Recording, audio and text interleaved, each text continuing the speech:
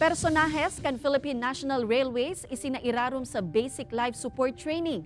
Kaandaman kan mga ini sa oras nin emerhensya na sukol. Tutukan sa report ni Chris Novello.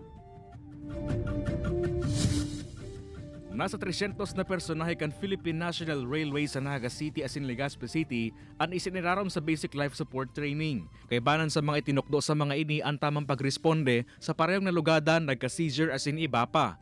Ang train conductor na si John Benedict Carlos aminadong limitado ang saintang kakayahan sa oras na may pasahero na may emerhensya. Yes po, meron po tayo na encounter na gano'n, lalo na po pag meron mga medical condition po.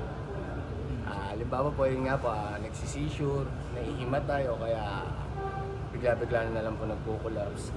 Alagad sa tabang kang Naga City Disaster Risk Reduction and Management Office, mas nadugangan ang saintang kaaraman sa pagresponde sa anuman na emerhensya.